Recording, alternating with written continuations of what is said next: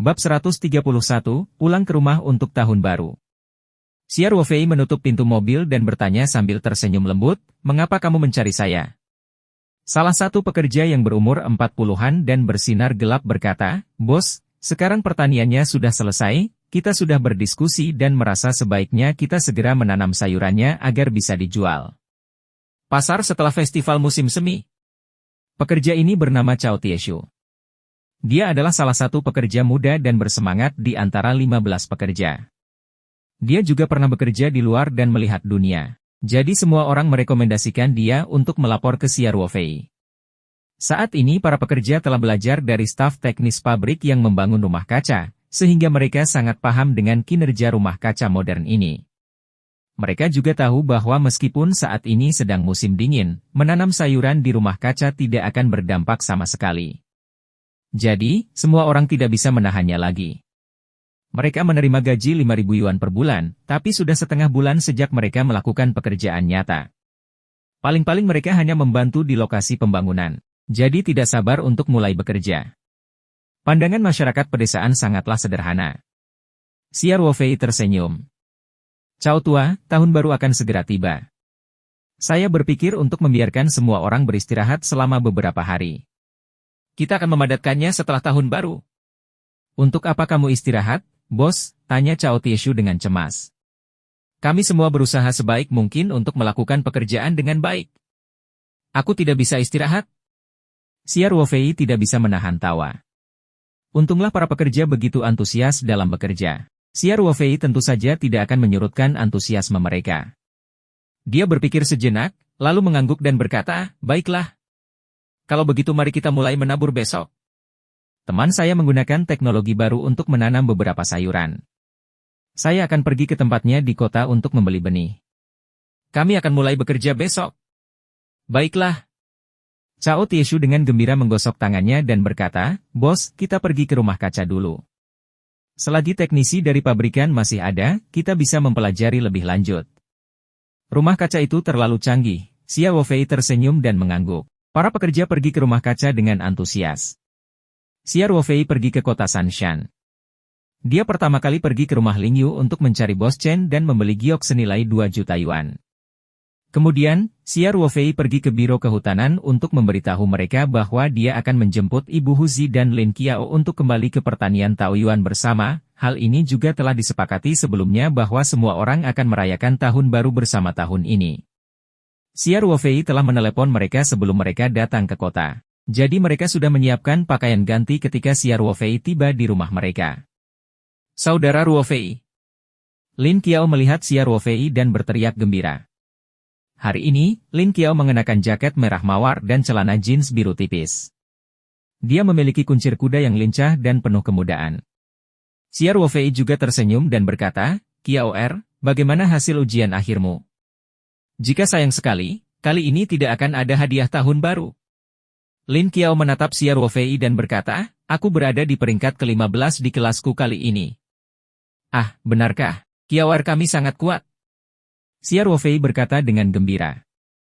Sekolah Lin Qiao adalah salah satu sekolah menengah terbaik di provinsi tersebut, dan kelasnya adalah salah satu kelas seni liberal terbaik di sekolah tersebut. Oleh karena itu, cukup mengesankan baginya untuk mencapai peringkat ke-15.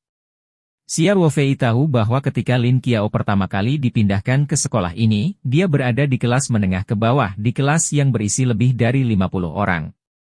"Itu benar. Kamu mendapat hadiah tahun baru, kan?"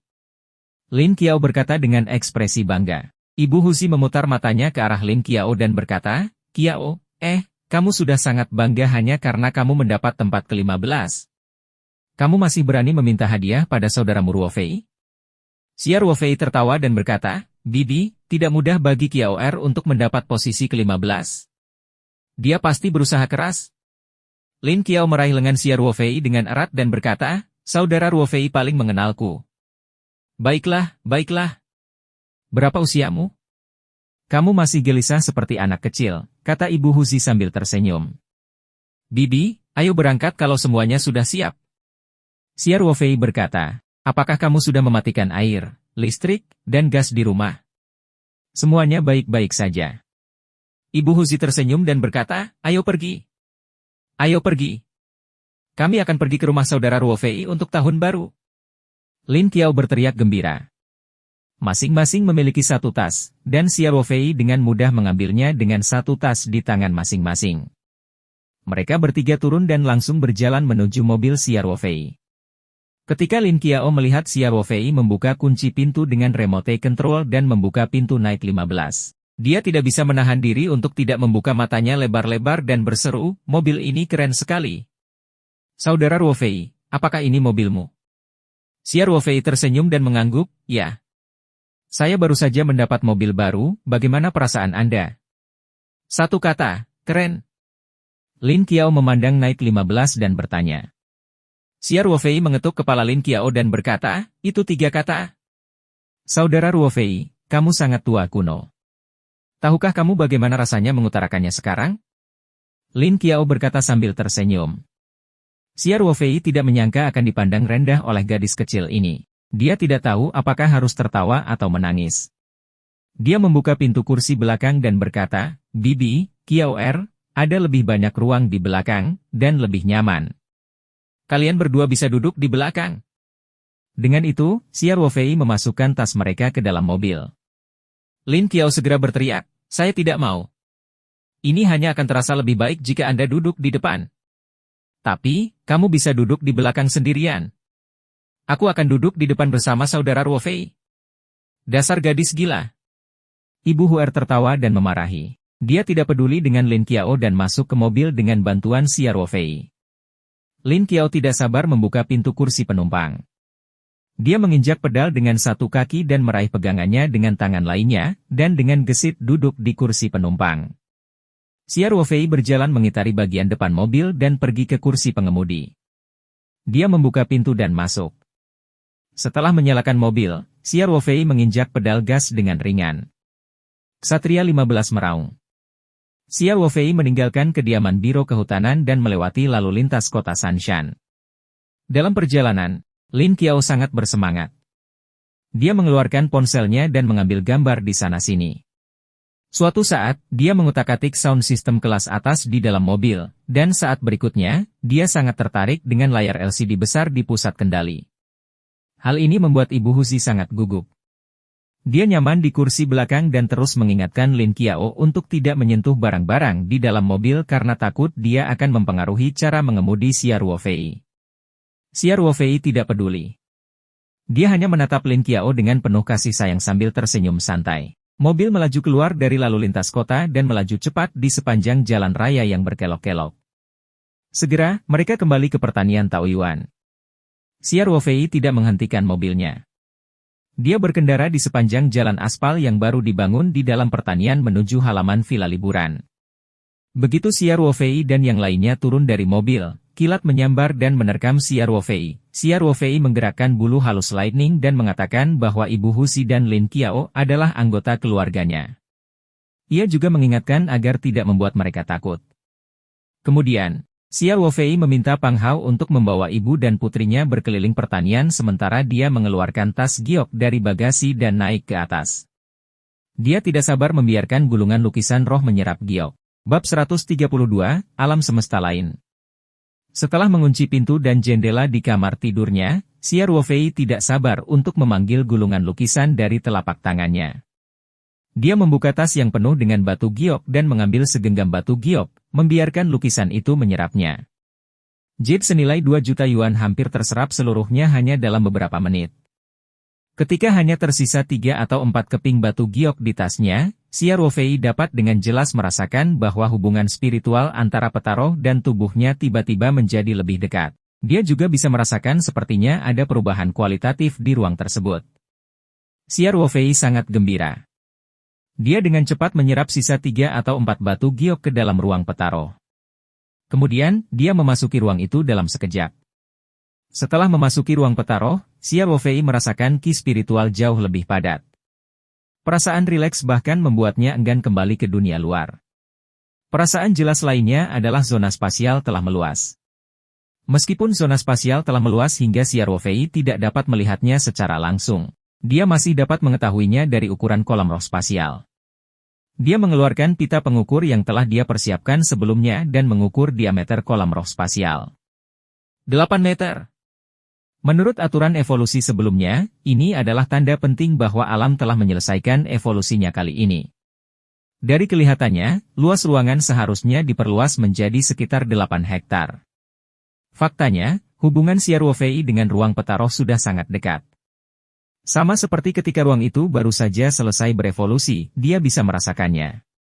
Hanya saja saat memasuki ruang tersebut, ia membenarkan kesimpulan tersebut melalui berbagai bukti.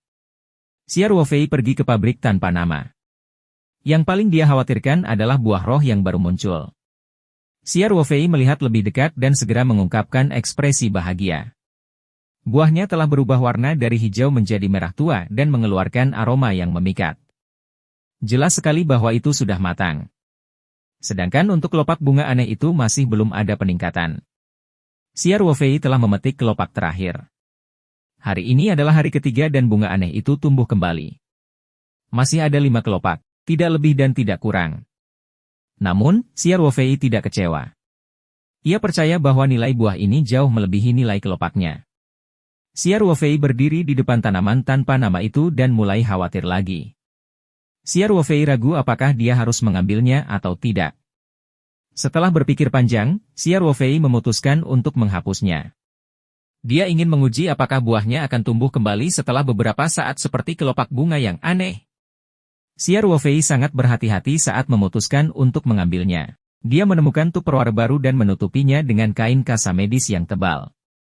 Kemudian, dia meletakkan tupperware di bawah buah dengan satu tangan dan menggunakan gunting kecil dengan tangan lainnya untuk memotong dengan hati-hati cabang kecil yang berisi buah tersebut. Buah berwarna merah tua jatuh di kain kasa medis di tupperware. Sepanjang seluruh proses, Siar Wolfei tidak menyentuh buah itu dengan tangannya. Dia takut itu akan diserap oleh tubuhnya saat dia menyentuhnya, seperti kelopak bunga aneh itu. Buah ini jelas jauh lebih berharga daripada kelopak bunga yang menakjubkan itu. Siar Wolfei pasti tidak akan mau menggunakannya dengan mudah. Siapa yang tahu kapan itu akan sangat bermanfaat?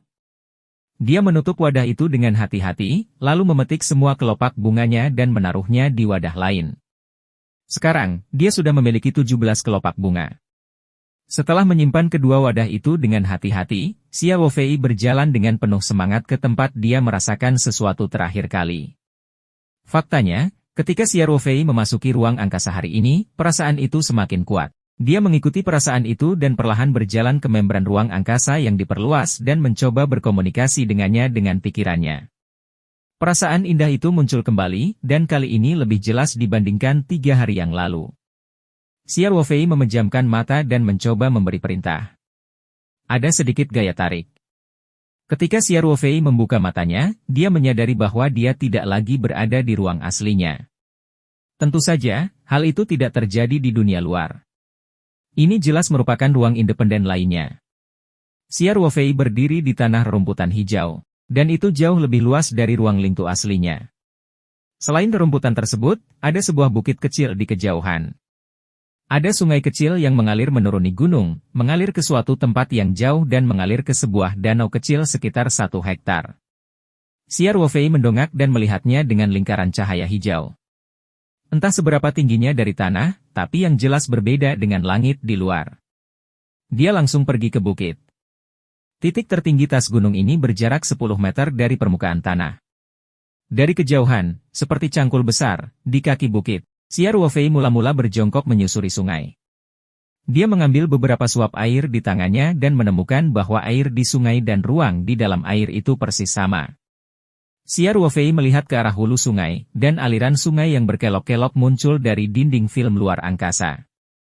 Siar Wolfei memperlihatkan pandangan yang bijaksana, dia merasa ada hubungan antara aliran ini dan ruang Lingtan, mungkin sumber keduanya sama. Kemudian Siar Wolfei berjalan mengitari bukit lagi. Ketika dia setengah jalan, matanya tiba-tiba memadat, dan langkah kakinya dengan cepat bertambah. Pasalnya ia melihat sebuah tugu batu berdiri di kaki bukit tak jauh dari situ. Ini adalah pertama kalinya Siar Wolfei melihat artefak setelah mendapatkan ruang dari peta spiritual ini. Siar Wolfei sedikit bersemangat dan dengan hati-hati mendekati monumen batu itu. Dilihat dari dekat, Siar Wolfei lebih yakin bahwa ini tidak terbentuk secara alami, karena ada bekas yang jelas di bagian atas pisaunya, yang sepenuhnya buatan. Tablet batu ini tampak abu-abu dan tidak tahu terbuat dari batu apa. Ada tanda garis miring yang jelas di sana. Namun, Xia Wofei melihat ke atas dan ke bawah beberapa kali sebelum dan sesudahnya, tetapi tidak melihat tulisan tangan apapun. Ini adalah monumen tanpa kata. Xia Wofei tidak belajar untuk waktu yang lama, jadi dia keluar, dan dia tersenyum sedikit tak berdaya. Kemudian, dengan hati-hati meraih tablet batu itu. Xia Wofei dengan lembut meletakkan punggung tangannya di atas tablet batu. Saat ini, hatinya juga penuh kewaspadaan. Ketika dia menemukan kesalahan, dia akan segera menutup tangannya. Tugu batu itu dingin dan tidak ada yang aneh. Namun, Xia Wofei sangat menyadari bahwa ketika tangannya menyentuh tablet batu, ada sedikit hubungan antara dia dan tablet batu itu, mirip dengan hubungan antara dirinya dan ruang spiritualnya. Namun, koneksi ini sangat lemah dan tidak memberikan informasi berguna apapun kepada Xia Wofei. Xia Wofei menghela nafas dan mengambil kembali tangannya. Sepertinya dia bisa menunggu hingga evolusi luar angkasa berikutnya. Samar-samar dia bisa merasakan bahwa tablet batu yang tiba-tiba muncul di luar angkasa ini adalah sesuatu yang sangat penting. Xia Wofei melihat sekeliling dengan bingung. Dia tidak tahu apa yang istimewa dari ruang baru ini. Itu juga dipenuhi dengan energi spiritual yang padat, dan itu juga merupakan ruang yang kecil, jadi mengapa harus dibagi menjadi dua? Xia Wofei membandingkan dua ruang satu persatu di dalam hatinya, mencoba mencari tahu maksud dari pencipta asli gulungan Petaro. Tiba-tiba, sebuah ide muncul di benak Xia Wofei. Dia memikirkan sebuah kemungkinan. Bab 133, penggunaan ruang baru yang luar biasa. Aliran waktu. Xia Wofei memikirkan faktor ini. Kondisi kedua ruang tersebut tampak serupa di segala aspek. Satu-satunya hal yang tidak dapat dia rasakan adalah aliran waktu. Xia Wofei berada di ruang Petaro di mana waktu mengalir 20 kali lebih cepat. Dia merasakan hal yang sama dengan dunia luar. Memikirkan hal ini, Xia Wofei memutuskan untuk segera melakukan tes. Sambil berpikir, dia merasakan rasa pusing yang familiar. Xia Wofei terkejut menemukan dirinya berada di ruangan di luar dan bukan di ruang aslinya seperti yang dia bayangkan. Penemuan ini mengejutkan Xia Wofei. Dia mengambil jam alarm kecil dari meja samping tempat tidur dan mencoba berkomunikasi dengan gulungan Petaro dengan pikirannya. Segera, dia menemukan bahwa dia dapat memasuki ruang Petaro asli atau ruang yang baru ditemukan sesuai dengan keinginannya. Terlihat jelas bahwa kedua ruang ini saling terhubung, namun juga relatif independen. Xia Wofei memerintahkan dalam pikirannya. Saat berikutnya, dia muncul di ruang yang baru ditemukan. Xia Wofei sudah sangat terbiasa dengan pengujian aliran waktu. Sebelum dia memasuki ruangan, dia sudah memeriksa waktu di alam jam dan teleponnya untuk memastikan jamnya sama. Dan dia tidak akan pernah membawa ponselnya ke media tersebut. Oleh karena itu, setelah Xia Wofei memastikan waktu di jam alamnya, dia meninggalkan ruang baru dan kembali ke dunia luar. Setelah berada di dunia luar selama 5 menit, Xia Wofei memasuki ruang baru lagi. Dia melihat jam dan melihat 5 menit telah berlalu di ruang baru. Seperti yang diharapkan. Perbedaan terbesar antara kedua ruang tersebut adalah aliran waktu. Aliran waktu di ruang baru ini sama dengan dunia luar. Penemuan ini membuat Xia Wofei sangat bersemangat. Dia memikirkan banyak kemungkinan. Aliran waktu di ruang asli adalah 20 kali lipat dari aliran waktu di dunia luar. Dia tidak punya waktu untuk mengujinya setelah evolusi kali ini. Kalau dia benar, seharusnya 30 kali lipat. Di tempat aslinya tentunya sangat cocok untuk menanam beberapa tanaman yang membutuhkan waktu yang sangat lama. Seperti sukulen yang tumbuh lambat atau pohon berharga yang membutuhkan ratusan tahun atau bahkan ratusan tahun untuk tumbuh. Namun, arus waktu yang cepat juga membawa permasalahan, beberapa hewan atau tanaman yang membutuhkan waktu singkat untuk matang tidak cocok untuk tinggal di tempat aslinya. Misalnya, jika Xia Wofei menyimpan petir di ruang aslinya sepanjang tahun, ia akan mati karena usia dalam waktu singkat. Contoh lainnya adalah sayuran di luar angkasa. Sayuran yang ditanam di ruang tersebut akan matang dalam waktu singkat, yang sangat membantu akumulasi modal Xia Wofei. Namun, di belakangan, dia harus menanamnya kembali hampir setiap 1 atau 2 hari sekali. Oleh karena itu, Xia Wofei sudah mulai mengurangi jumlah sayuran yang ditanamnya di sela-sela. Dia puas selama dia bisa memasok restoran 11 Jiangyue dan Lingji. Di masa depan, dia akan sepenuhnya memindahkan urusan menanam sayuran ke perkebunan bunga persik di dunia luar. Dengan ruang baru di mana waktu mengalir dengan kecepatan yang sama, Xie Ruofei dapat memelihara banyak hewan. Hewan-hewan ini mungkin secerdas kilat. Dia bahkan bisa membesarkan pasukan hewannya sendiri, yang bisa dia bawa kemana-mana. Selain itu, karena aliran waktu di dalam dan di luar sama, Xie Ruofei bisa tinggal di sana lebih lama jika dia aman. Dia bahkan bisa tidur dan beristirahat di sana. Ki spiritual di sini kaya, dan udaranya jauh lebih baik daripada udara yang tercemar di luar. Dia bahkan bisa membangun surganya sendiri di sini. Xie Ruofei memikirkan banyak kemungkinan dan merasa gembira. Ruang aslinya didedikasikan untuk membudidayakan spesies berharga yang membutuhkan waktu lama. Sedangkan ruang baru fokus pada tumbuhan dan hewan yang tidak membutuhkan masa pertumbuhan yang lama. Keduanya bisa dikatakan saling melengkapi. Xie Ruofei samar-samar merasa bahwa ruang baru ini tidak menyebarkan perbedaan aliran waktu. Tempat ini bahkan lebih luas dan memiliki medan yang berbeda-beda. Ada juga tablet batu misterius yang terhubung dengannya. Xie Ruofei merasa masih banyak hal yang tidak diketahui di ruang ini yang menunggunya untuk dijelajahi. Namun, dia tidak terburu-buru. Menurut pengalamannya setelah mendapatkan gulungan petaro, selama ruang terus berkembang, hal yang tidak diketahui perlahan-lahan akan melepaskan tabir misteriusnya dan secara bertahap muncul di hadapannya, seperti kemunculan ruang baru saat ini. Namun, memikirkan untuk naik level, Xie Ruofei merasa sakit kepala.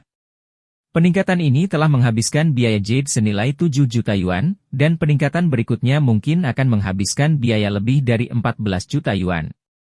Xie Ruofei sakit hati sambil tersenyum pahit dan memutuskan untuk tidak berpikir terlalu banyak untuk saat ini. Dengan mesin pembunuh seperti ruang petaro, dia pasti bisa menghasilkan uang semakin cepat. Suatu hari, dia akan mampu mengungkap semua rahasia luar angkasa. Dan mungkin di masa depan, dia bisa menemukan sesuatu yang lebih cocok untuk evolusi ruang angkasa daripada jade. Xie Ruofei merasa hal seperti itu ada. Dia hanya butuh sedikit keberuntungan. Mungkin batu hitam kasar yang dia serap ke dalam ruang petaro selama evolusi terakhir adalah sesuatu yang dapat mengembangkan ruang, tidak seperti giok. Lagi pula, batu mentah itu bisa membuat gulungan petaro bergetar dengan sendirinya. Selanjutnya, Xie Ruofei tidak membuka segelnya ketika dia membawa kembali dan langsung membiarkan gulungan itu menyerapnya. Dia tidak tahu apa yang ada di dalamnya. Xie Ruofei memutuskan untuk tidak terlalu mengaktifkannya. Dia mengambil jam alarm kecil dan pergi dari ruang baru ke ruang asli untuk menguji aliran waktu. Seperti dugaannya, setelah evolusi, aliran waktu di ruang asli telah menjadi 30 kali lipat dari aliran waktu di dunia luar. Hal ini tidak diragukan lagi sangat bermanfaat bagi pertumbuhan kayu Poebe Zenan, Truffle, dan ginseng. Xie Ruofei berpatroli di ruang aslinya dan mulai bekerja.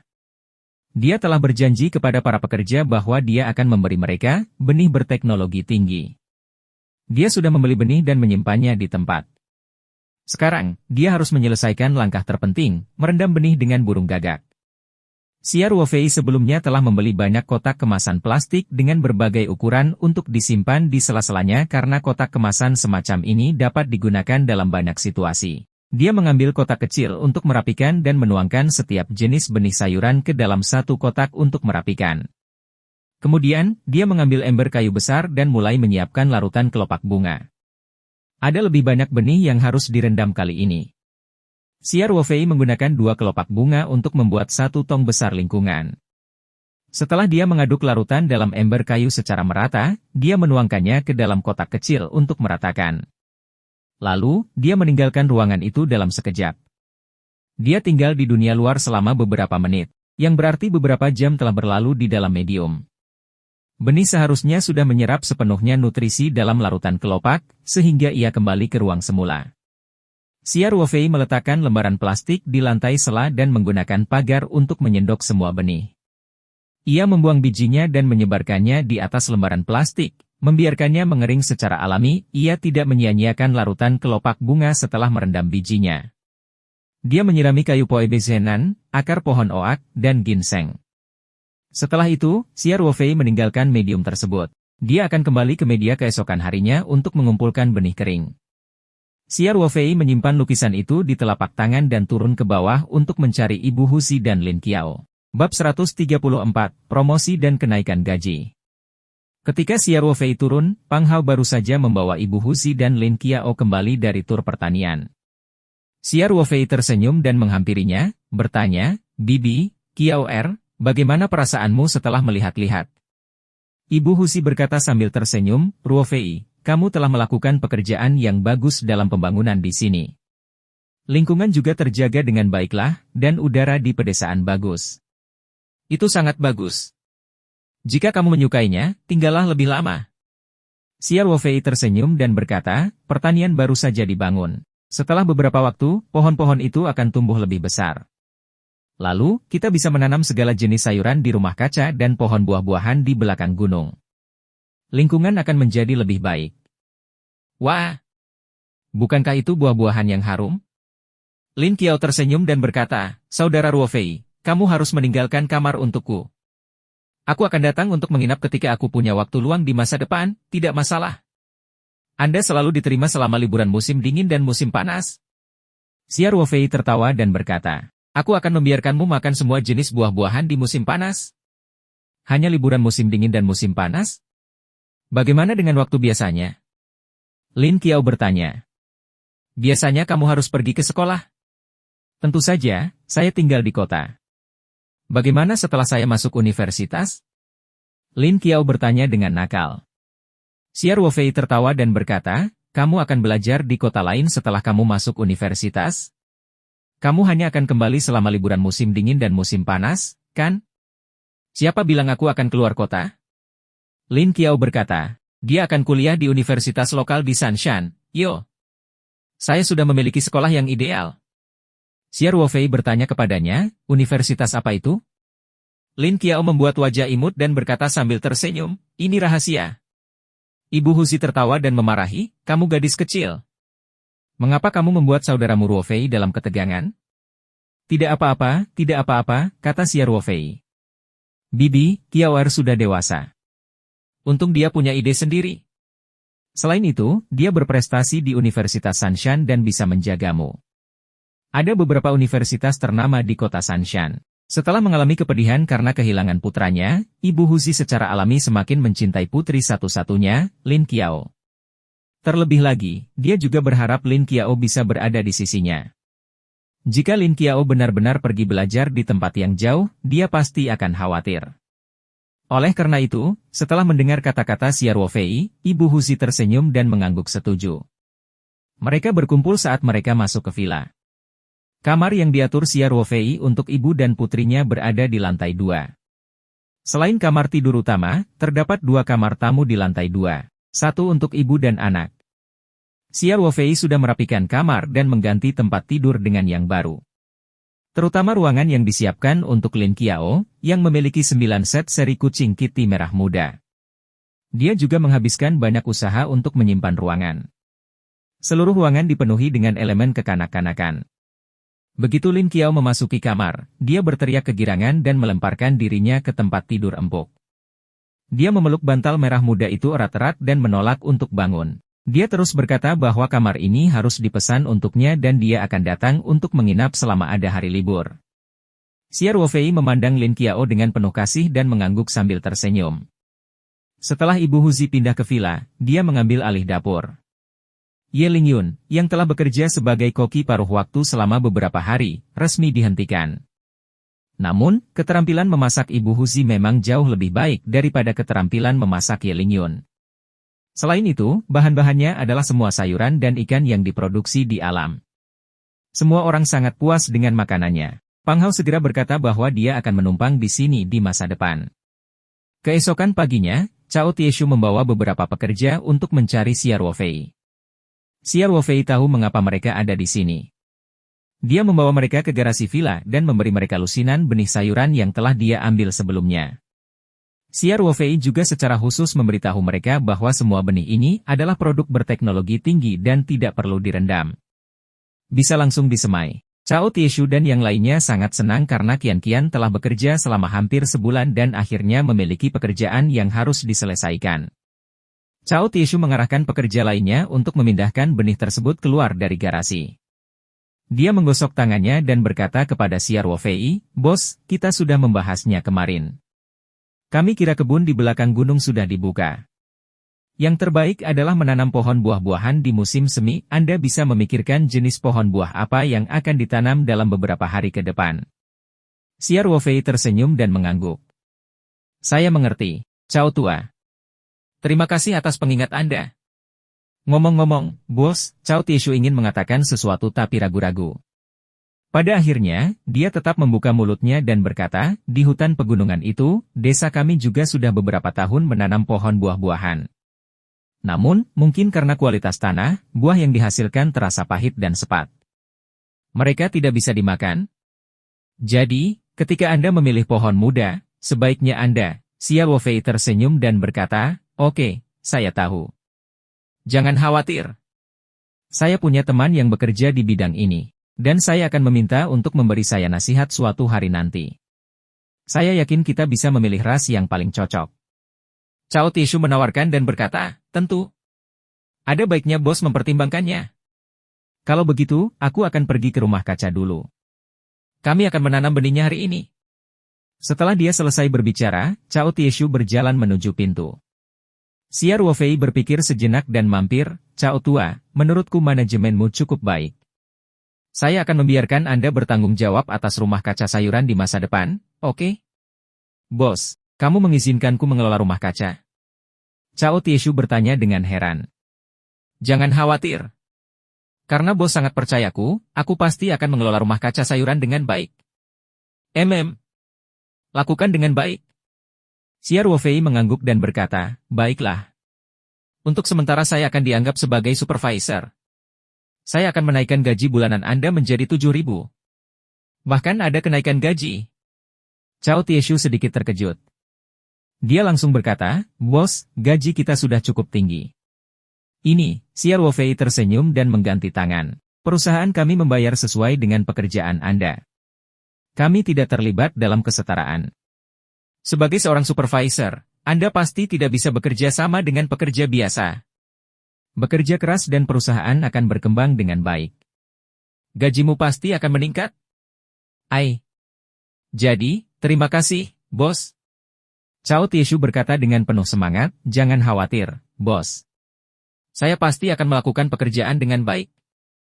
Xiao Wofei tersenyum dan mengangguk. Cao Tieshu pergi dengan semangat tinggi. Xiao Wofei akhirnya menyerahkan sayurannya. Selama rumah kaca di pertanian Taoyuan mulai memproduksi sayuran dan mulai beroperasi secara positif, Xiao Wofei dapat menghentikan penanaman sayuran di ruang petaroh. Selama masa transisi, dia tetap harus memastikan bahwa dia menyediakan makanan bagi restoran Lingji dan West River Moon Club setiap hari. Pada malam hari, Xiao Wofei mengunci pintu dan jendela kamarnya. Setelah memeriksa dengan cermat, dia mengeluarkan petaroh. Sekarang ada banyak orang yang tinggal di villa, Xiao Wofei bahkan lebih berhati-hati. Xiao Wofei memasuki ruang asal dan berencana berpatroli di area tersebut sebelum melakukan lapangan. Sekarang skala pertanian bisa dikurangi, begitu rumah kaca mulai memproduksi sayuran, ruang asal bisa berhenti menanam sayuran biasa. Saat itu, ia hanya perlu menyiapkan benih berteknologi tinggi, secara rutin. Ketika Xiao Wofei melihat kolam dengan sepasang arwana merah, dia langsung tertarik padanya. Bab 135, Arwana Merah Bertelur. Sepasang arwana merah ini tidak lagi sama seperti saat Xiao Wofei membawa ke medium. Pengamatan paling langsung adalah ukurannya. Mereka telah berada di medium selama beberapa tahun dan terus-menerus bermandikan energi spiritual yang kaya. Kadang-kadang, Xiao Wofei menjatuhkan sebagian larutan kelopak ke dalam kolam. Makanya, sepasang arwana merah itu tumbuh hingga lebih dari 60 cm. Ada juga warnanya. Warna sisik arwana merah memang sudah sangat murni. Sekilas, warnanya merah darah, dan sisiknya berkilau logam. Lapisan sisiknya sangat indah. Xiao Wofei membandingkan beberapa gambar di internet dan merasa bahwa apa yang disebut naga merah darah teratas di forum tidak seindah sepasang arwana merah yang dimilikinya.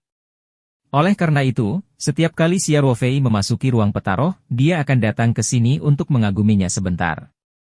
Menyaksikan sepasang ikan cantik berenang di kolam memang menjadi suatu hal yang memanjakan mata. Namun hari ini, Xiao Ruofei memperhatikan bahwa kedua ikan itu sedikit berbeda dari biasanya. Meskipun mereka juga sedang bermain, Xiao Ruofei melihat kedua ekor ikan itu akan bersentuhan dari waktu ke waktu. Dalam proses berenang, kedua ikan itu semakin mendekat. Kadang-kadang, mereka bahkan berbaring telentang, sangat mesra. Xiao Ruofei yang telah membaca banyak informasi selama kurun waktu tersebut, langsung menyadari bahwa arwana merah hendak bertelur. Xiao Ruofei tidak tahu sudah berapa lama arwana merah berhasil kawin, tapi sepertinya mereka akan mati. Tanpa sadar ia meringankan langkahnya, takut mengganggu pasangan arwana merah yang sedang ruang pernikahan. Namun, Xiao Ruofei tidak pergi. Ia menjaga jarak dan diam-diam mengamati arwana merah yang sedang bertelur. Pasalnya, Xiao Ruofei telah membaca informasi tersebut dan mengetahui bahwa proses bertelur dan menetasnya arwana merah sangatlah aneh. Setelah arwana bertelur, ikan jantan akan memasukkan telurnya satu persatu ke dalam mulut. Mulut ikan jantan tidak mampu menampung telur sebanyak itu dan ada pula yang akan tertelan. Pada saat proses penetasan, jika ikan jantan ketakutan, ia pun akan menelan telur bahkan anak ikannya. Akibatnya, jumlah anakan dragonfish yang bisa menetas setiap saat sangat sedikit. Xiao Ruofei melihat arwana merah hendak berbaring dan tentu saja tidak ingin pergi begitu saja. Arwana merah sangat berharga. Ia harus mencari cara untuk meningkatkan laju reproduksi dan tidak membiarkan arwana merah menetas sesuai hukum alam. Dia diam-diam meninggalkan kolam dan pergi ke samping untuk membuat beberapa persiapan. Kemudian, dia dengan hati-hati mendekati kolam kecil dengan barang-barang yang telah dia persiapkan. Mata Xiao Ruofei muncul di kolam.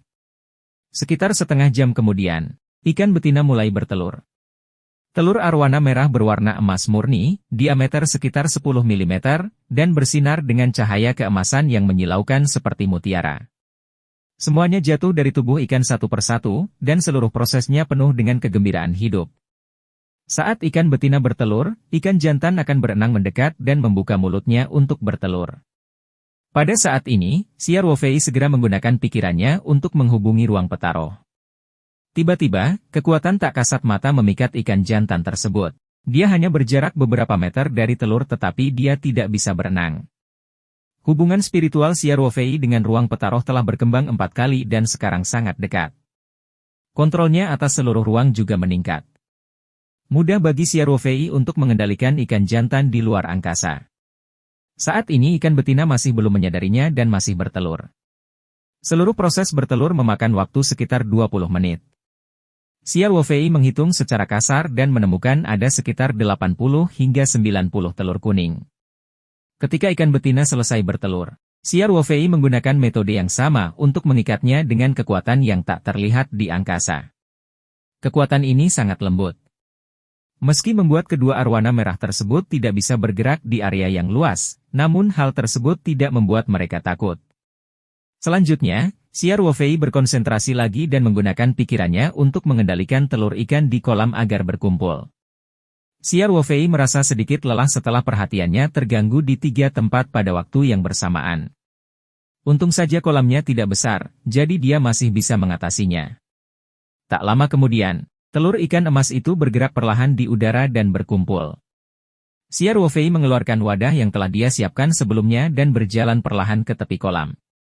Dia memasukkan wadah tersebut ke dalam udara dan mengambil lebih dari setengah dari 70 hingga 80 telur ikan, menyisakan sekitar 10 hingga 20 telur ikan di dalam kolam. Hal ini dilakukannya untuk mencegah metodenya tidak menetaskan telur. Dia bisa menyelamatkan sebagian agar usahanya tidak sia-sia. Kedua, dia khawatir setelah dia mengambil semua telurnya, ikan jantan akan mengetahui bahwa dia tidak dapat menemukan satu telur pun setelah sekian lama, dan dia akan melukai dirinya sendiri karena marah. Arwana merah sangat berharga. Jika sisik atau sirip ikan terluka saat berenang, kerugiannya akan sangat berkurang.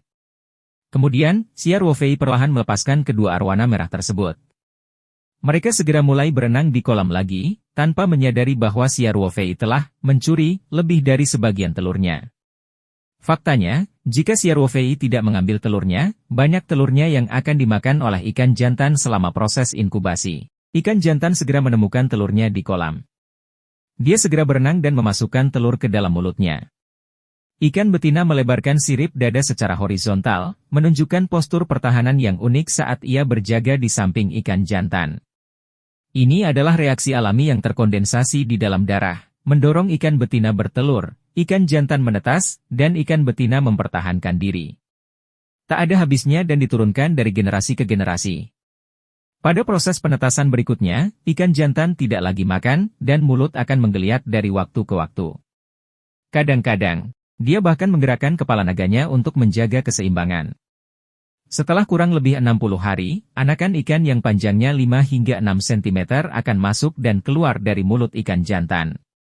Ikan jantan sangat protektif terhadap ikan mudanya. Aktivitas ini akan berlangsung sekitar 90 hari sebelum perlahan-lahan berkurang. Seluruh proses inkubasi hanya akan selesai ketika anakan ikan beradaptasi dengan lingkungan luar. Selama proses ini, jika ikan jantan ketakutan, kemungkinan besar ia akan menelan ikan mudanya. Ini adalah reaksi yang sepenuhnya terjadi. Apalagi jika tidak makan dalam waktu lama, fungsi tubuh ikan jantan akan terkuras terlalu banyak, dan akan terluka parah. Beberapa ikan jantan bahkan akan mati. Oleh karena itu, Xiao Ruofei memutuskan untuk berhati-hati dalam medium dan tidak mengganggu pasangan arwana merah. Ia bahkan berjalan mendekat dengan tenang dan menuangkan setengah botol ke dalam kolam untuk memastikan tubuh ikan jantan tidak bekerja berlebihan. Kemudian, Xiao Ruofei mengambil wadah berisi 40 hingga 50 butir telur ikan dan pergi ke tempat yang jauh dari kolam. Ia menuangkan telur ikan ke dalam kotak rapi yang baru saja ia siapkan. Tempat ini dipenuhi kolam udara spasial, bahkan terdapat kelopak bunga yang aneh. Xiao Ruofei percaya bahwa lingkungan seperti itu pasti akan memungkinkan telur ikan menetas. Dengan cara ini, selain ikan yang dapat menetas secara alami di kolam, ia akan memiliki 60 hingga 70 ikan muda. Ini akan menjadi kekayaan besar lainnya. Bab 136. Panen besar. Dalam beberapa hari berikutnya, Xiao Ruofei tidak keluar. Dia tinggal di rumah bersama Ibu Huzi dan Lin Qiao. Lin Qiao bahkan mendesak Xiao Ruofei untuk pergi ke pantai terdekat. Melihat Lin Qiao bersorak untuk laut, Xiao Ruofei tidak bisa menahan diri untuk tidak berkata-kata. Mengapa seorang gadis yang tumbuh di tepi laut begitu bersemangat melihat laut? Ada seorang penatua di rumah, jadi semuanya baik-baik saja. Saat itu hampir tahun baru, jadi Ibu Huzi meminta Ye Lingyun untuk mengantarnya ke kabupaten. Mereka membeli banyak kembang api, lentera merah, simpul Cina, dan sebagainya. Mereka mendekorasi villa kecil dan bahkan seluruh pertanian Taoyuan dengan suasana tahun baru. Kini, pepohonan di kedua sisi jalan pertanian digantung dengan lentera kecil dan simpul Cina. Ibu Huzi bahkan meminta Pang Hao meminta seseorang untuk menarik beberapa pita tipis. Pada malam hari, pita lampu dan lampion di jalan pertanian dinyalakan, dan suasananya sangat hangat. Ibu Huzi bahkan membersihkan villa secara pribadi, memastikan jendelanya bersih dan terang. Xiao Ruofei tidak bisa membujuknya. Dia selalu mengatakan bahwa dia dalam keadaan sehat dan tidak akan ada masalah dalam melakukan hal-hal kecil ini. Pada akhirnya, Xiao Ruofei hanya bisa membiarkannya begitu saja. Untungnya, Xiao Ruofei tahu bahwa Ibu Huzi dalam keadaan sehat. Tidak menjadi masalah baginya untuk bergerak. 3 hari berlalu dengan cepat. Besok adalah malam tahun baru Imlek. Xiao Ruofei memberi para pekerjanya libur lebih awal. Sebelum liburan, Xiao Ruofei memberi setiap pekerja paket merah sebesar 1.000 yuan dan mentransfer gaji mereka ke kartu mereka terlebih dahulu. Sebagai supervisor, Cao Tieshu menerima paket merah sebesar 3.000 yuan. Para pekerja ini baru bekerja sekitar 1 bulan, dan semua orang sudah menerima paket merah. Mereka semua sangat gembira. Benih sayurnya juga sudah disemai, jadi harus ada yang bertugas saat tahun baru. Tentu saja, upah lembur akan berlipat 3, dan Pang Hao akan mengurus catatan kehadiran. Cao Tieshu yang baru diangkat berinisiatif memintanya untuk bertugas pada malam tahun baru dan hari pertama tahun baru. Xiao Ruofei lebih mempercayainya dan setuju setelah beberapa pemikiran. Namun, Xiao Ruofei menyuruhnya untuk datang ketika dia ada waktu luang. Dia tidak perlu tinggal di pertanian sepanjang hari untuk tahun baru. Semua orang ingin bersatu kembali. Pang Hao pun mengemasi barang-barangnya dan kembali menghabiskan tahun baru bersama keluarganya. Peternakan, yang tadinya sangat ramai selama periode waktu ini, menjadi jauh lebih sepi.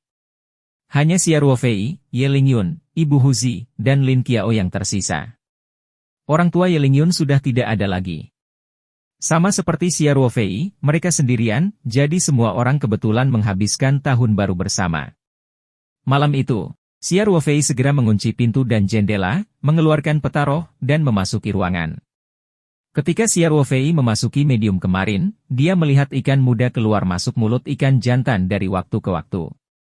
Ia mengetahui bahwa proses penetasan arwana merah hampir selesai. Sekarang aliran waktu di dalam dan di luar berbeda 30 kali lipat, 3 hari hampir setara dengan 3 bulan di dalam ruang. Seperti yang diharapkan, ketika Xia Ruofei memasuki medium, dia melihat selain 2 arwana merah besar, ada banyak anak muda yang berenang dengan gembira di kolam. Setidaknya ada 20 orang. Ini sedikit lebih dari yang dia duga, tapi itu normal. Jika jumlah ikan muda yang dihasilkan di ruang peta roh tidak sebanyak di dunia luar, itu konyol. Setiap remaja arwana merah memiliki panjang lebih dari 10 cm. Tubuh mereka sempurna, dan sisik mereka rapat dan halus, mengeluarkan kilau logam yang samar. Meskipun Xia Ruofei tidak tahu banyak tentang arwana merah, dia tahu bahwa arwana merah muda ini memiliki kualitas yang sangat baik. Kemudian, dia sampai di kotak penyortiran besar tempat sebagian besar telur ikan ditempatkan. Sisi ini bahkan lebih spektakuler. Lebih dari 50 ikan remaja berenang dengan gembira di dalam larutan kelopak. Mungkin karena larutan kelopak, ikan muda yang ditetaskan langsung di kotak penyortiran ini berukuran jauh lebih besar dibandingkan dengan ikan di kolam kecil dan terlihat lebih energik. Xia Ruofei memandangi ikan muda itu dengan gembira.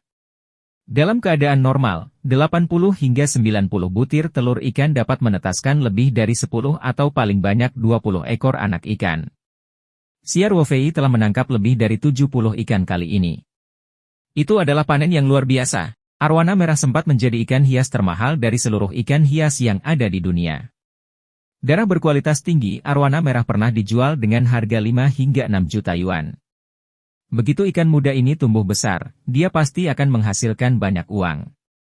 Namun, kolam kecil itu pasti terlalu sempit sekarang.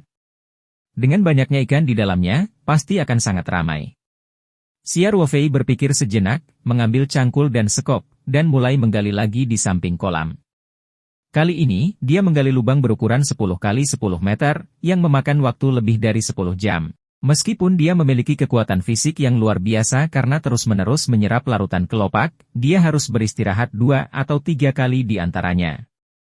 Selanjutnya, Xia Ruofei menggali saluran dan memindahkan beberapa lumpur, alga, plankton, ikan kecil dan udang dari kolam ikan mas ke kolam ikan baru. Kemudian, dia menggali saluran dan mengalirkan air dari kolam roh spasial ke kolam baru. Xia Ruofei kembali ke dunia luar untuk tinggal sebentar. Saat kembali ke medium, kolam ikan baru sudah terisi air. Oleh karena itu, Xia Ruofei dengan hati-hati menempatkan naga merah muda di kotak penyortiran ke dalam kolam baru. Sedangkan untuk ikan muda di kolam, Xia Ruofei tidak mempedulikannya untuk saat ini. Dia membiarkan mereka tinggal bersama orang tua mereka. Bagaimanapun, masih ada cukup ruang sekarang. Setelah beberapa saat, ketika ikan muda itu semakin besar, dia bisa memindahkannya. Hanya beberapa saat telah berlalu di dunia luar, tapi Xia Ruofei kelelahan. Dia mandi di kamar mandi setelah meninggalkan medium dan tertidur. Keesokan paginya, Xia Ruofei masih linglung. Dalam keadaan linglung, dia merasakan seseorang menarik telinganya. Dia membuka matanya dengan mengantuk dan melihat Lin Qiao berdiri di kepala tempat tidurnya, menatapnya dengan jijik. Saudara Ruofei, ini sudah larut dan kamu masih tidur. Lin Qiao berkata, bangun dan pasang baiknya. Xia Ruofei dengan cepat membungkus selimut di sekelilingnya dengan erat. Dia terbiasa hanya mengenakan celana dalam saat tidur. Dia tidak menyangka gadis ini menerobos masuk ke kamarnya. Xia Ruofei tertawa getir di dalam hatinya. Hari-hari yang damai sungguh melelahkan. Ketika dia di angkatan darat, dia tidak pernah tidur seperti ini. Dia selalu waspada. Tentu saja, ini juga karena dia telah bekerja lebih dari 10 jam di ruang asal kemarin. Selain itu, dia berada di rumahnya sendiri sehingga Xia Ruofei tidak waspada. Pada dasarnya, dia hanya akan mengunci pintu dan jendela ketika dia menggunakan gulungan peta roh. Kamu gadis kecil. Kenapa kamu tidak mengetuk sebelum masuk? Xia Ruofei berkata kepada Lin Qiao tanpa daya. Aku sudah lama meneleponmu. Lin Qiao berkata dengan polos, kamu tidak menjawabku. Saya tidak mengunci pintunya. Jadi saya masuk, Xia Ruofei mengusap keningnya dan tersenyum pahit. Baiklah, baiklah, kamu boleh pergi dulu. Aku akan memakai pakaianku. Mata Lin Qiaoling menoleh dan dia dengan sengaja berkata, mengapa kamu ingin aku keluar saat kamu mengenakan pakaianmu? Omong kosong. Pria dan wanita tidak boleh terlalu dekat, Xia Ruofei berkata dengan marah. Anak nakal, kamu akan pergi atau tidak? Lin Qiao mengerutkan bibirnya dan tersenyum, aku tidak akan pergi. Aku tidak akan pergi. Kamu tidak akan keluar. Kalau begitu jangan salahkan aku karena menggunakan senjata pembunuhku. Xia Ruofei berkata dengan nada yang sengaja dibuat galak. Dengan itu, Xia Ruofei berpura-pura menarik selimutnya. Lin Qiao menjerit dan menutup matanya. Dia berlari keluar dari kamar Xia Ruofei dengan wajah merah. Bab 137, dilihat melalui. Xia Ruofei berpikir sambil mengenakan pakaiannya, di masa depan, ketika gadis ini ada di rumah, dia harus mengunci pintu ketika dia tidur. Dia segera mengenakan pakaiannya, lalu membuka pintu dan berjalan keluar ruangan. Dia terkejut begitu dia keluar dari pintu. Ternyata Lin Qiao belum pergi. Dia berdiri di koridor. Melihat Xia Ruofei keluar, Lin Qiao tersipu dan berkata dengan suara rendah, Saudara Ruofei, aku akan memberitahu ibuku bahwa kamu adalah seorang hooligan. Xia Ruofei tampak marah, siapa hooligannya? Aku hampir membiarkanmu melihatku telanjang. Lin Qiao tersipu dan tertawa, aku tidak peduli melihatmu. Xia Ruofei membuka matanya lebar-lebar dan bertanya dengan serius, lalu kenapa kamu datang ke kamarku? Aku tidak bisa mengganggumu, dasar pemacah cinglas. Lin Qiao tersipu dan bertanya, di mana hadiah tahun baru yang kamu janjikan padaku? Jadi, kamu datang ke kamarku pagi-pagi sekali untuk meminta hadiah. Kata Xia Ruofei, tidak tahu harus tertawa atau menangis. Anda berjanji. Seorang pria harus menepati janjinya. Lin Qiao mengangkat wajah mungilnya dan berkata, kamu seharusnya mengutarakan sebelumnya. Aku bisa memberikannya padamu kemarin. Xia Ruofei mendengarnya. Baiklah, tunggu aku. Aku akan masuk dan mengambilnya untukmu. Kemudian, Xia Ruofei berbalik, membuka pintu, dan berjalan kembali ke dalam ruangan. Dia kemudian berbalik dan berkata kepada Lin Qiao sambil memegang pintu, kamu tidak diperbolehkan mengintip kali ini. Siapa yang mengintipmu? Dasar pemalas, Lin Qiao menghentakkan kakinya dan berkata. Xia Ruofei tertawa dan menutup pintu. Lalu, dia menguncinya dengan hati-hati. Dia memanggil gulungan petaroh dari telapak tangan dan menutup sedikit matanya. Pikirannya melintasi ruang petaroh di gulungan itu dan dengan cepat mengunci sesuatu. Sambil berpikir, pot bunga tiba-tiba muncul di atas meja. Itu benar. Hadiah tahun baru Xia Ruofei untuk Lin Qiao adalah sukulen yang indah. Anak perempuan pada umumnya tidak memiliki banyak perlawanan terhadap tubuh gemuk Meng Meng. Selain itu, pot berisi embun giok lentera es ini dipilih dengan cermat oleh Xia Ruofei. Jendela dan bentuknya sempurna. Lin Qiao pasti menyukainya. Benar saja, ketika Xia Ruofei menyimpan peta spiritual dan membuka pintu dengan baskom berisi embun giok lentera es, Lin Qiao, yang tidak sabar melihat lentera es berkualitas tinggi, segera menunjukkan ekspresi terkejut dan tidak menyembunyikan kecintaannya pada baskom embun giok sama sekali. Saudara Ruofei, apakah ini hadiah tahun baru yang kamu berikan padaku? Lin Qiao bertanya. Ya, apakah kamu menyukainya? Xia Ruofei bertanya sambil tersenyum. Ya. Lin Qiao terus menganggukkan kepalanya, matanya diatur pada pot berisi embun beku, tidak mau diubah. Kemudian, Lin Qiao ragu-ragu dan berkata, Saudara Ruofei, ini pasti sangat mahal, bukan? Meskipun Lin Qiao menjadi lebih ceria di akhir-akhir ini dan lebih kasar ketika berbicara dengan Xia Ruofei, dia tetaplah gadis yang berperilaku baik. Oleh karena itu, meskipun dia sangat menyukai hadiah tersebut, dia tetap menunjukkan keraguan karena dia khawatir hadiah tersebut terlalu mahal. Xia Ruofei tertawa. Saya punya teman yang melakukan bisnis ini. Dia tidak menghabiskan banyak uang. Jika kamu menyukainya, ambil saja. Terima kasih, Saudara Ruofei. Lin Qiao berkata dengan gembira dan kemudian mengambil baskom berisi embun es lentera giok seolah-olah dia telah mendapatkan harta karun. Saat Lin Qiao hendak meninggalkan ruangan, dia tiba-tiba berhenti dan berbalik untuk melihat Xia Ruofei. Senyuman licik muncul di wajahnya saat dia berkata, "Saudara Ruofei, saya tahu ini adalah tahun takdirmu." Wajah Lin Qiao memerah dan dia segera meninggalkan kamar Xia Ruofei. Xia Ruofei bingung dengan kata-kata Lin Qiao. Dia mengerutkan kening dan berpikir sejenak. Tiba-tiba, ekspresi berubah. Dia segera menundukkan kepalanya dan membuka celananya untuk melihat ke dalam. Dia tidak tahu apakah harus tertawa atau menangis. Ternyata gadis ini benar-benar melihatnya. Ini benar-benar berjemur. Xia Ruofei duduk di kamar untuk waktu yang lama, merasakan trauma di jantungnya perlahan mereda. Kemudian, dia membuka pintu dan turun ke bawah dengan wajah pahit. Lin Qiao sedang menempelkan umpan dengan kamu Ling Yun. Ye Lingyun berdiri di tangga berbentuk manusia dan mengatur posisinya. Lin Qiao akan berkata, sedikit ke kiri dan sedikit ke kanan, dari waktu ke waktu, memberikan banyak instruksi kepada Ye Lingyun. Melihat Xia Ruofei turun, Lin Qiao tersipu dan tersenyum. Xia Ruofei segera berlari ke dapur untuk membantu Ibu Huzi. Namun, dia segera diusir dari dapur oleh Ibu Huzi karena kecanggungannya. Melihat bahwa dia tidak dapat membantu dan merasa malu menghadapi Lin Qiao, Xia Ruofei hanya berjalan ke pertanian. Ketika mereka melewati rumah kaca sayuran, Xia Ruofei melihat Cao Tieshu masih berpelukan di dalam dan bekerja. Dia masuk juga. "Cao tua, bukankah aku sudah menyuruhmu pulang lebih awal?" Xia Ruofei tersenyum dan bertanya, "Kamu tidak akan menyiapkan makan malam tahun baru?" Mendengar suara Xia Ruofei, Cao Tieshu berdiri dan tersenyum jujur. "Bos, istriku akan menyiapkan makan malam tahun baru. Saya akan bertugas sampai malam." "Tidak dibutuhkan. Tidak ada apapun di pertanian saat ini kecuali benih yang Anda tanam beberapa hari yang lalu. Itu tidak sepadan, jadi tidak apa-apa untuk kembali lebih awal," kata Xia Ruofei acuh tak acuh. "Ai, baiklah. Terima kasih bos," kata Cao Tieshu. Kemudian, dia ragu-ragu dan berkata, "Bos, Anda sedang berbicara tentang penaburan, saya baru saja akan melapor kepada Anda."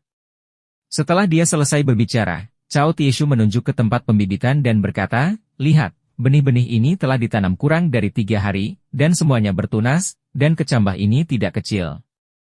Saya telah bertani selama sepanjang hidupku, tapi aku belum pernah melihat orang yang bertunas secepat ini. Apakah ada masalah?" Xia Ruofei tahu itu pasti karena benihnya telah direndam dalam larutan kelopak, jadi dia tersenyum dan berkata, "Cao tua, aku bertanya-tanya apa yang kamu lakukan di sini sendirian sekarang. Bukankah bagus untuk bertunas dengan cepat? Apa yang perlu dipikirkan? Jangan khawatir. Ini adalah benih sayuran berteknologi tinggi. Tumbuh lebih cepat dan kualitasnya lebih baik dari benih biasa." "Aku lega mendengarmu mengatakan itu." Cao Tieshu tertawa canggung sambil menggaruk kepalanya. "Aku rasa sebelum aku mulai mengerjakan tanaman ketujuh, aku akan bisa memindahkan tanaman pada tanaman ketiga dan ketiga. Keempat. Bolehkah saya memberitahu semua orang untuk datang dan bekerja lembur pada hari keempat tahun baru?" Xia Ruofei berpikir sejenak dan berkata, "Tidak apa-apa. Kamu bisa bertanya pada semua orang yang punya waktu luang, ini tidak wajib, jika kamu punya waktu luang, ayo bantu aku akan membayarmu 3 kali lipat gajimu." "Baiklah." Cao Tieshu berkata, "Semua orang pasti akan bebas. Bukankah tahun baru hanya sekedar mengunjungi sanak saudara dan bermain kartu? Tidak masalah untuk menghabiskan waktu seharian." Xia Ruofei tersenyum dan mengangguk. Dia kemudian menyuruh Cao Tieshu untuk segera pulang dan meninggalkan rumah kaca sayuran. Dia berjalan ke belakang gunung dan memelihara ladang yang telah dibuka menjadi kebun yang tampak seperti ladang berundak. Dia juga memikirkan apa yang Cao Tieshu katakan sebelumnya. Dia harus memutuskan jenis pohon buah-buahan sesegera mungkin. Apa yang harus saya tanam? Gambaran beberapa buah terlintas di benak Xia Ruofei. Bab 138, mengucapkan selamat tinggal pada yang lama dan menyambut yang baru. Filosofi Xia Ruofei dari awal hingga akhir mengambil jalur kelas atas. Apalagi sayuran biasa yang dia tanam memiliki kualitas beberapa kali lebih tinggi dari yang ada di pasaran. Xia Ruofei telah mempertimbangkan banyak faktor saat memilih spesies pohon buah-buahan. Dia duduk lama di atas batu besar di kaki gunung sebelum dia memikirkan 2 jenis pohon buah-buahan, leci dan ceri. Harga kedua buah ini relatif tinggi, dan kenikmatan melihat pohon buah-buahan sangat kuat setelah terbentuknya hutan. Tidak perlu membicarakan leci. Mereka umumnya ditanam di selatan. Ada banyak buah leci di kota Sanshan. Di kuil Zen Barat yang berusia ribuan tahun, terdapat phoenix kuno dari dinasti Song. Setiap musim panas, buahnya masih berwarna merah cerah. Oleh karena itu, tidak ada masalah menanam leci di sini. Sedangkan untuk ceri, Xia Ruofei suka miring. Selain itu, harganya sangat mahal di pasaran. 1 kilogram biasanya harganya puluhan yuan. Namun, sebagian besar buah ceri ditanam di utara. Dia tidak tahu apakah iklim di selatan cocok untuk pertumbuhan pohon sakura. Xia Ruofei tidak terburu-buru untuk kembali, jadi dia mengeluarkan ponselnya dan mencari informasi secara online. Memang beberapa tempat di Provinsi Tenggara memiliki tradisi menanam pohon sakura, namun sebagian besar berada di daerah pegunungan bagian utara. Kota Sanshan terletak di pantai timur Provinsi Tenggara. Iklimnya panas dan lembab, sehingga mungkin tidak cocok untuk menanam pohon sakura. Hal ini terutama berlaku untuk ceri besar, yang pada dasarnya berasal dari Shandong. Namun, Xia Ruofei tetap memutuskan untuk mencobanya. Dia yakin dengan ruang petaroh dan percaya bahwa dengan bantuan kolam luar angkasa dan kelopak bunga aneh, dia pasti akan berhasil. Terlebih lagi, jika perkebunan ceri di kota Sanshan berhasil, keuntungannya akan terlihat jelas. Ceri hanya bisa disimpan dalam waktu singkat. Mereka hanya bisa disimpan paling lama 3 hari setelah dipetik. Kalaupun disimpan di lemari es, tidak akan bertahan lebih dari seminggu. Oleh karena itu, jika ceri dari tempat lain ingin masuk ke pasar Sanshan, mereka hanya bisa mengandalkan angkutan udara atau angkutan rantai dingin. Dalam hal ini, buah ceri lokal berkualitas tinggi secara alami memiliki keunggulan yang tak tertandingi. Xia Ruofei masih mempertahankan kebiasaan militernya. Karena dia sudah memutuskan untuk bertarung, dia tidak akan menginstalnya lagi dan langsung mewujudkannya. Ia memutuskan untuk menyelesaikan masalah bibit pohon buah-buahan setelah tahun baru. Xia Ruofei sudah bangun agak terlambat. Setelah berjalan-jalan cukup lama, hari sudah hampir jam makan siang. Oleh karena itu, dia berjalan pulang ke rumah sambil berjalan-jalan. Saat itu adalah makan malam tahun baru. Jadi semua orang makan siang sederhana. Setelah makan, mereka kembali ke kamar masing-masing untuk beristirahat sejenak. Mereka membangunkan jam 3 sore dan membuat pangsit bersama di restoran lantai 1. Makan malam tahun baru Imlek di selatan biasanya diadakan lebih awal daripada di utara, di mana orang-orang tidak makan malam sambil menonton gala festival musim semi. Seringkali, setelah semua orang selesai makan dan membersihkan piring, keluarga akan duduk bersama untuk menonton pesta. Saat sudah lewat jam 5, Ibu Hu Zi sudah menyiapkan makan malam tahun baru. Sepiring hidangan yang tampak lezat disajikan di atas meja. Kemudian, dia membawa pangsit yang dibuat semua orang ke dapur. Ketika Ibu Hu Zi masih memasak pangsit, Lin Qiao diam-diam mengambil sepotong daging sapi dan memasukkannya ke dalam mulut. Ye Lingyun, sebaliknya, duduk tegak dan diam. Dia masih berdiri dan duduk seperti lonceng, sama seperti dia di Angkatan Darat. Bahkan ketika dia sedang duduk, puncaknya tegak. Ketika Ibu Hu Zi menyajikan pangsit yang telah dia masak, semua orang pergi ke meja dan mulai makan. Xia Ruofei secara khusus membuka muatan anggur merah. Itu diberikan kepada Xia Ruofei oleh agen pembelian Presiden Zheng dari West River Moon. Xia Ruofei tidak tahu banyak tentang anggur, tetapi anggur merah milik Presiden Zheng jelas tidak murah. Terakhir kali, pada pertemuan kelas Xia Ruofei, hadiah Petrus 1985 dari Presiden Zheng berharga lebih dari $1.000 AS. Botol ini pasti tidak lebih buruk dari anggur sejak hari itu. Saat dia menuangkan anggur untuk semua orang, Xia Ruofei tiba-tiba mendapat ide. Waktu di ruang Suani 30 kali lebih cepat dan terdapat lingkungan yang unik.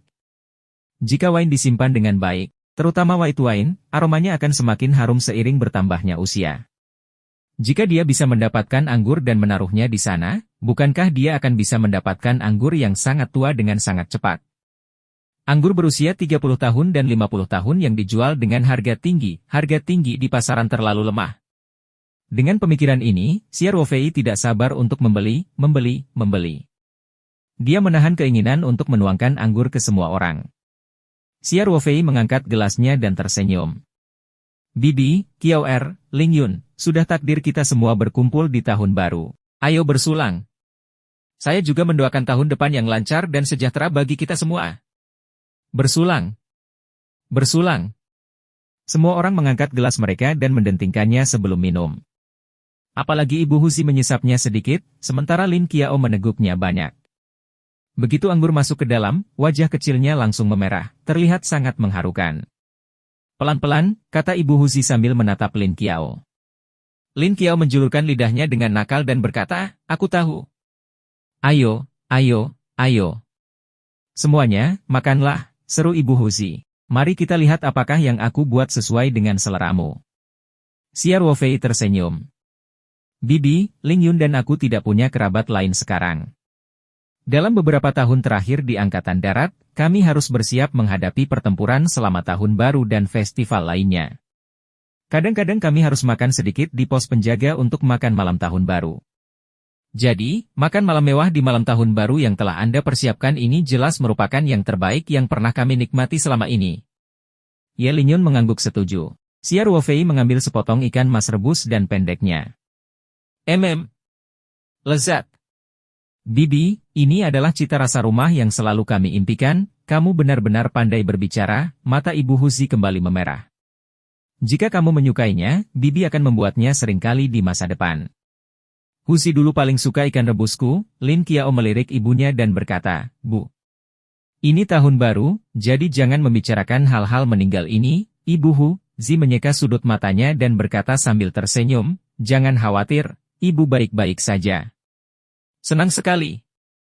Meskipun Hu sudah tidak ada lagi, Ruofei sedang menjaga kami sekarang. Saya merasa lebih baik sekarang, dan Anda telah menyelesaikan masalah Anda untuk bersekolah. Hidup sangat baik sekarang. Xia Ruofei tersenyum dan berkata, Bibi benar. Di masa depan, kita harus bahagia. Huzi pasti akan merasa bersyukur meskipun dia ada di surga. Mari kita rayakan tahun baru bersama setiap tahun mulai sekarang, dan semua orang akan sangat bahagia. Setelah itu, Xia Ruofei menoleh ke arah kamu Ling Yun dan berkata, Ling Yun, pengawas kelas Lin sangat memperhatikanmu saat dia masih ada. Tolong sampaikan kepada Bibi dan Qiaoer. Ya. Ye Ling Yun segera berdiri dengan gelasnya. Bab 139, terlalu banyak gadis yang harus ditangani.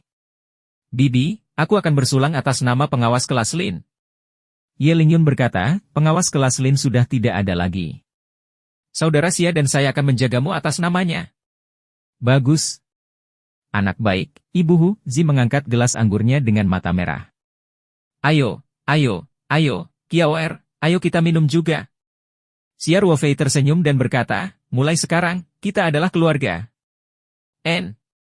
Mata Lin Qiao juga sedikit basah. Dalam ingatannya, dia belum pernah merasakan festival musim semi yang begitu hangat sejak kematian kakaknya. Setiap tahun baru, hanya dia dan ibunya. Ketika dia mendengar suara tawa dari rumah orang lain dan suara petasan di kejauhan, rumahnya terasa sangat dingin dan sepi.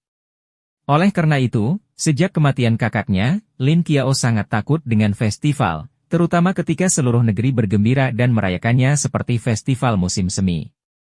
Tahun ini berbeda. Dia merasakan kehangatan sebuah keluarga dan kegembiraan tahun baru. Setelah semua orang menyendok gelas dan minum, mereka makan dan memanjang. Dari waktu ke waktu, tawa terdengar di ruang makan. Apalagi kamu Ling Yun, yang tidak pandai berkata-kata, banyak bicara. Setelah makan malam tahun baru Imlek, Xia Ruofei ingin membantu Ibu Huzi mencuci piring tetapi dihentikan oleh Ibu Huzi. Dia mengatakan bahwa dengan adanya dia, Xia Ruofei tidak perlu melakukan apapun. Lin Qiao, sebaliknya, tidak sabar untuk menyalakan petasan. Faktanya, langit baru saja berubah menjadi gelap, tetapi melihat Lin Qiao begitu bersemangat, Xia Ruofei tidak ingin menyurutkan semangatnya. Dia tertawa dan memanggil kamu Ling Yun. Mereka bertiga membawa setumpuk besar petasan ke pertanian di luar. Kembang api yang mempesona bermekaran di langit malam, menyinari wajah ketiganya yang tersenyum dan membawa suasana meriah ke pertanian yang relatif sepi. Setelah beberapa saat, lebih dari sebagian kembang api menyala. Lin Qiao ingin melanjutkan, tapi Xia Ruofei buru-buru menyuruhnya menabung untuk malam tahun baru. Baru pada saat itulah dia dengan enggan berhenti. Gala festival musim semi akan segera dimulai, jadi semua orang pergi ke ruang tamu dan duduk di depan TV. Ada buah-buahan dan makanan ringan di meja kopi di ruang tamu. Mereka berempati dan menonton TV sambil makan, dan suasananya harmonis. Ibu Huzi juga bersemangat. Dia tidak kembali ke tempat untuk beristirahat sampai tahun baru. Bel berbunyi di TV. Terasa terdengar suara petasan. Ke arah kota Sanshan, seluruh langit malam bersinar. Xia Ruofei, Lin Qiao, dan Ye Lingyun juga mengambil sisa kembang api dan keluar untuk menyalakannya. Setengah jam kemudian, Xia Ruofei dan yang lainnya selesai menyalakan kembang api. Dari jauh, mereka masih bisa melihat kembang api warna-warni bermekaran di langit. Xia Ruofei, Ye Lingyun, dan Lin Qiao yang tidak puas kembali ke villa. Lin Qiao kembali ke kamarnya untuk tidur atas desakan Ibu Huzi. Sementara Xia Ruofei dan Ye Lingyun kembali ke kamar masing-masing. Setelah Xia Ruofei kembali ke kamarnya, dia mengeluarkan ponselnya dan mulai melakukan panggilan tahun baru. Tentu saja, dia menduga Profesor Tian Huilan, Ma Xiong, dan para tetua lainnya sudah pergi beristirahat, jadi dia terutama memanggil yang lebih muda. Liang Qichao, Presiden Zheng dari 11 Jiangyue, Guo Zhan dari Komando Serigala Tunggal, Niu Meng dari Wilayah Militer Provinsi, Wu Liqian, Wakil Kepala Eksekutif Kabupaten Changping. Lingkaran sosial Xia Ruofei tidak rumit setelah dia pensiun, jadi dia tidak perlu melakukan banyak hal panggilan. Pemimpin tim penyerang Serigala Tunggal, Guo Zhan, sangat senang menerima telepon Xia Ruofei. Ia bahkan menanyakan kondisinya melalui telepon. Xia Ruofei membayangkan bahwa dia telah menggunakan terapi pengobatan tradisional Tiongkok setelah pensiun dan kondisinya telah terkontrol secara efektif. Guo Zhan juga sangat senang saat mengetahui hal itu. Xia Ruofei juga membahas tentang Ye Lingyun. Guo Zhan memiliki kesan terhadap prajurit yang telah tampil luar biasa selama pelatihan. Setelah mendengarkannya, dia sangat tersentuh dan menyatakan diberikannya atas bantuan Xia Ruofei kepada rekan-rekannya. Xia Ruofei dan Guo Zhan membicarakan banyak hal di Angkatan Darat dan keduanya menghela nafas. Mengenai Liang Qichao dan yang lainnya, Xia Ruofei menyapa mereka dengan sopan. Dia menutup telepon setelah percakapan singkat. Setelah melakukan beberapa panggilan, dia siap menelepon Ling Qingsui. Dalam hati Xia Ruofei, Ling Qingsui masih berbeda dari yang lain. Mereka berdua belum menembus lapisan kertas jendela itu, tapi mereka jauh lebih akrab daripada teman baik biasa. Itulah alasannya Xia Ruofei meninggalkan panggilannya pada Ling Qingsui untuk yang terakhir. Saat Xia Ruofei ingin menelepon, teleponnya berdering. Dia melihat ID penelepon dan melihat bahwa itu adalah nomor yang tidak dikenalnya. Ini sudah tengah malam, siapa yang menelepon? Xia Ruofei mendekat pada dirinya sendiri. Halo, siapa ini? Dia panggilan menjawab itu. Suara malu-malu terdengar dari ujung telepon yang lain. Saudara Xia. Saya Xia Ruofei. Xia Ruofei merasa suara itu familiar, tapi dia tidak bisa mengingat siapa suara itu. Dia bertanya, bolehkah saya tahu siapa kamu? Kakak Xia, aku Jiang Yu.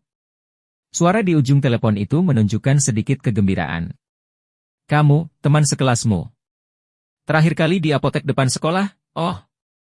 Jadi itu kamu. Halo. Xia Ruofei tiba-tiba teringat gadis yang mudah malu itu. Beberapa hari setelah dia keluar dari militer, dia menyelamatkannya di sebuah geng di kota kumuh. Halo, saudara Xia. Melihat bahwa Xia Ruofei mengingatnya, Jiang Yu sangat gembira. Aku.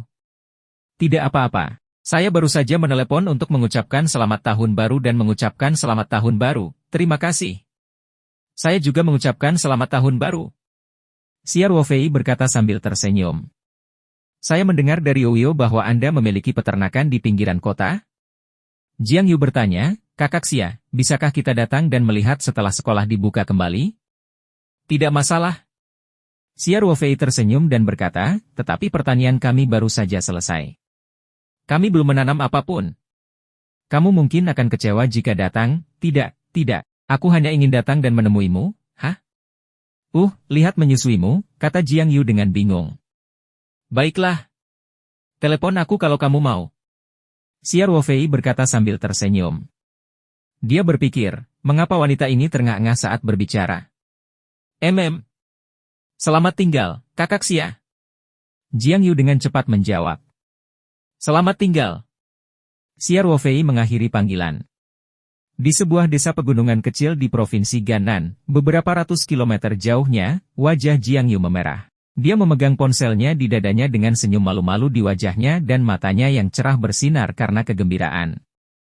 Setelah Xia Ruofei mengakhiri panggilan dengan Jiang Yu, waktu sudah hampir menunjukkan pukul 1. Namun, dia menganggap Ling Qingsui masih harus bangun di malam tahun baru, jadi dia meneleponnya.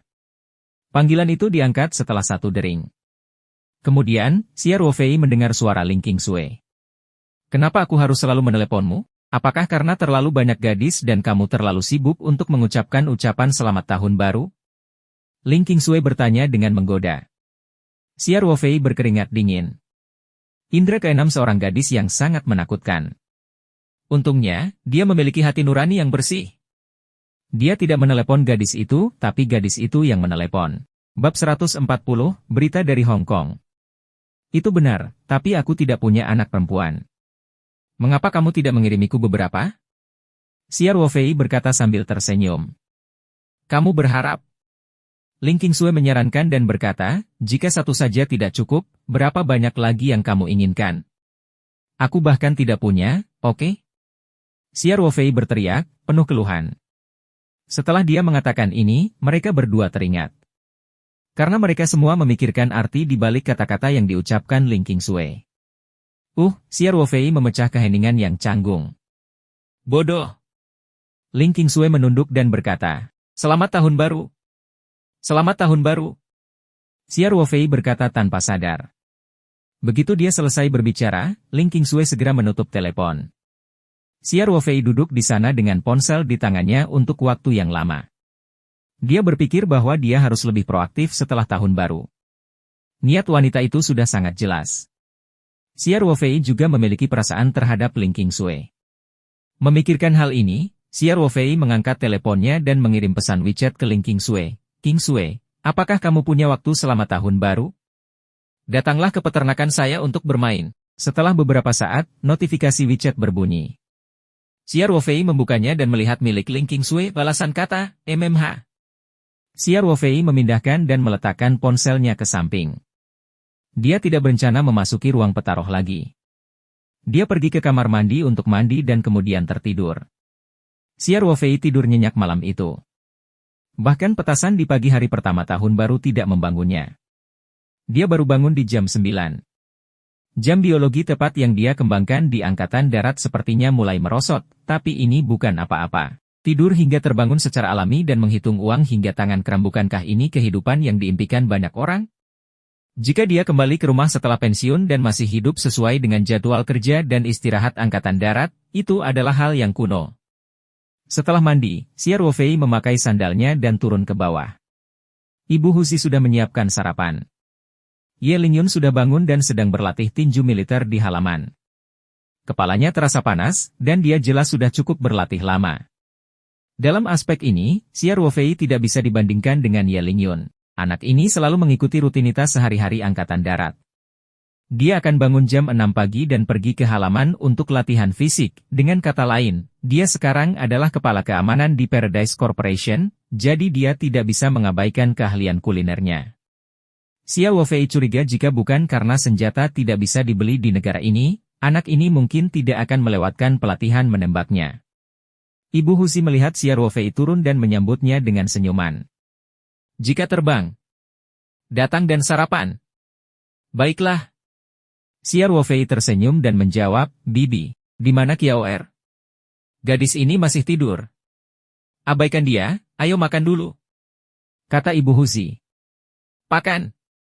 "Kamu masih berani menyebutku pemalas kemarin," kata Xia Ruofei sambil tersenyum.